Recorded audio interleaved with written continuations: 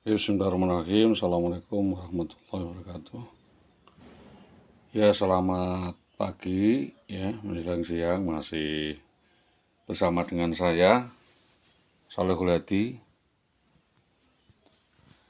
Berkaitan dengan masih membahas kasus ya, persoalan kegagalan bayar Dinas Pendidikan Kecamatan Tambak Romo kepada saya. Maka dalam hal ini dibutuhkan duduk bersama, yaitu untuk kesepakatan bersama antara kepolisian dan pihak terkait dalam hal ini untuk menyampaikan beberapa hal yang penting, terutama adalah dalam hal pasal 8 ayat 2 PP nomor 10/1983 berkaitan dengan alas hak pembagian gaji sebagaimana yang dimaksud adalah sepertiga untuk pegawai negeri Faid, sepertiga untuk anaknya, dan sepertiga untuk suaminya atau bekas suaminya. Karena ini berkaitan dengan perkara hukum, ya, hukum administrasi maupun hukum ketatanegaraan, tidak pakai lakone dewe, maka hal itu berlaku sama rata untuk tidak memandang secara diskriminatif ras, asal masih berstatus sebagai sah. Merujuk PP nomor 10/1983, PP 4590 dan perubahan PP 10/1983, PP 45/1990, apabila perceraian terjadi atas kehendak PNS tersebut, maka ia wajib menyerahkan sebagian gajinya untuk suaminya atau pasangannya, sebagaimana besarannya ditetapkan oleh negara untuk kehidupan bekas suami dan anak-anaknya sampai batas hukum yang ditentukan. Jadi ada persepakatan yang ditentukan. Sejauh ketetapan ini berlaku bagi siapa saja, PNS, Polri, ABRI yang berada di dalam naungan hukum negara Indonesia dan tidak pandang suku, etnis, ras, agama, dan persoalan lainnya.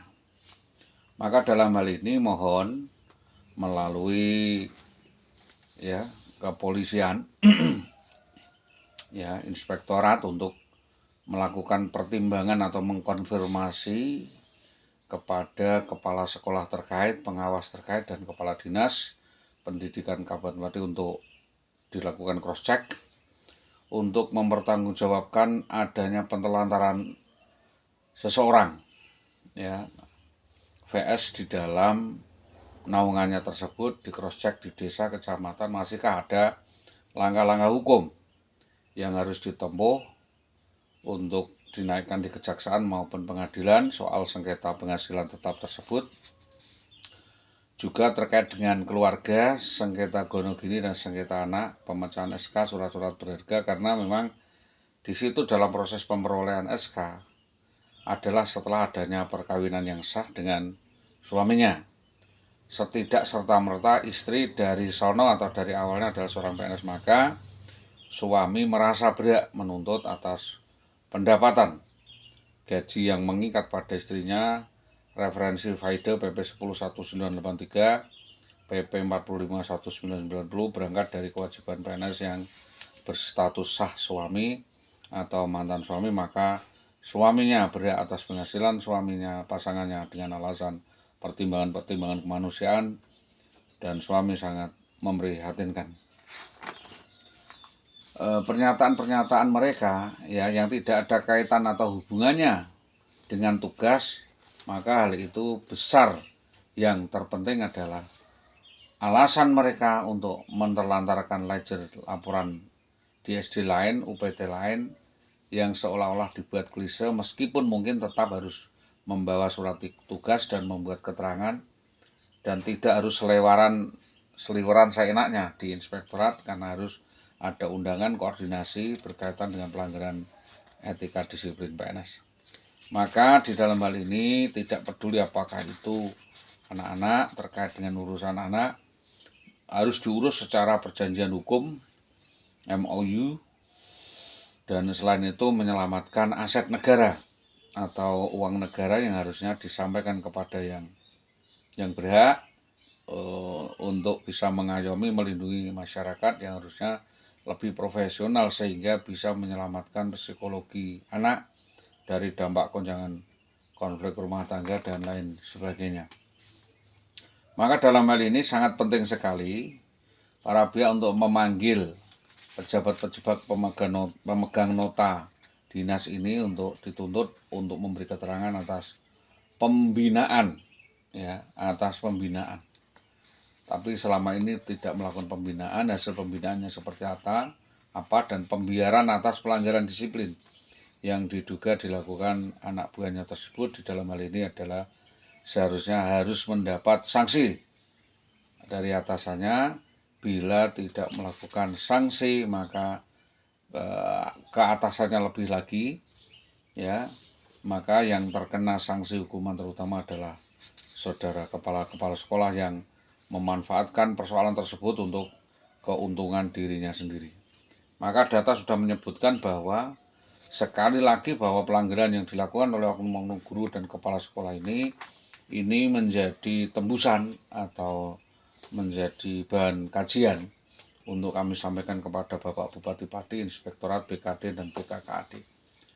Dalam hal ini sadapan atau keterangan yang diberikan oleh Muhammad Sutopo yang selama ini disampaikan kepada Hartini sebagai kuasa insiden yang kami tunjuk, kita menyampaikan bahwa saudara Sutopo pernah mengatakan siap untuk mengawal mengurus perkara ini sampai tuntas karena memang sudah ada tugas dan kewenangannya.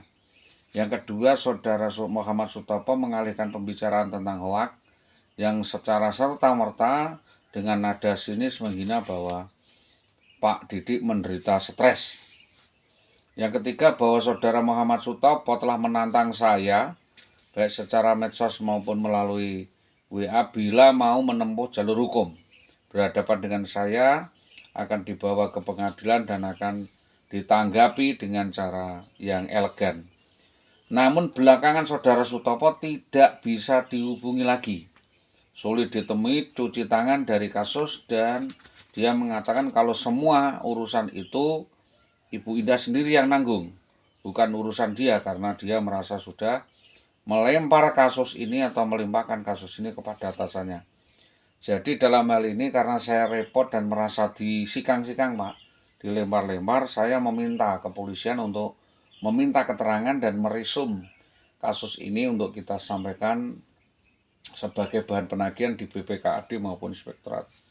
Saudara Muhammad Sutopo ini menempuh, ya, melampaui kewenangannya, ya, di dalam hal mengatur IWW, yaitu mengatur rumah tangga. Saudara Sutopo ini hanya punya kewenangan di tempat kerja, sedangkan untuk di rumah tangga atau di keluarga dia harusnya mundur dulu dari jabatannya, mencabut gugatannya dan pengaduan yang memang itu adalah palsu. Maka dari ini keterangan ini akan menjadi dasar, ya, menjadi dasar tuntutan terkait dengan beberapa hal yang meminta keterangan kepala bidang pengembangan pendidikan dan tenaga kependidikan di Dinas Pendidikan, ya, dan kita minta klarifikasi kepada pihak terkait untuk memberikan keterangan yang seimbang, ya, jangan dibuat-buat. Karena apa saya usahakan ini adalah dengan tanggung jawab. Jadi saya juga menyampaikan hal ini kepada kepolisian tentang dugaan penelantaran, penyengsaraan, penipuan berantai, penggelapan surat berharga milik banyak orang yang dilakukan perempuan tersebut. Maka dalam hal ini kami meminta, ya, bahwa oknum kepala dinas Tambak Romo, oknum kepala sekolah di Dinas Tambak Romo yang bermain kata-kata overspelled, mengancam dan mengintimidasi saya dan akan melakukan menggerebek saya dan upaya-upaya lainnya dan mengacau kehidupan saya, mencerai-beraikan pemikiran saya, melakukan lempar dadu atau lempar tanggung jawab, cuci kasus, dan melainkan peta umpet berkali-kali. Kita sudah datang berkali-kali di Dinas Pendidikan Kecamatan Tambak Romo, mereka selalu beralasan sibuk, susah ditemuin, dan malah menantang agar supaya saudara Solehul Hadi melapor ke kepolisian. Jadi beberapa di antaranya Saudara Jaryo dan Saudara Purwanto meminta saya untuk melapor ke kepolisian melalui pembicaraan via saksi. Dan ini tentunya sebagai upaya restorasi of justice bersama, bahwa Reskrim menjadi Uber tertinggi, Ubermach, karena kita tidak pernah mempertanyakan selama ini. Bukan berarti kan saya tidak bertanya-tanya, karena sudah kita selesaikan apa tanggung jawab kita dan apa yang belum kita selesaikan. Tentunya ada diskusi yang panjang, sesudah itu ada penjelasan-penjelasan yang bisa kita tambahkan.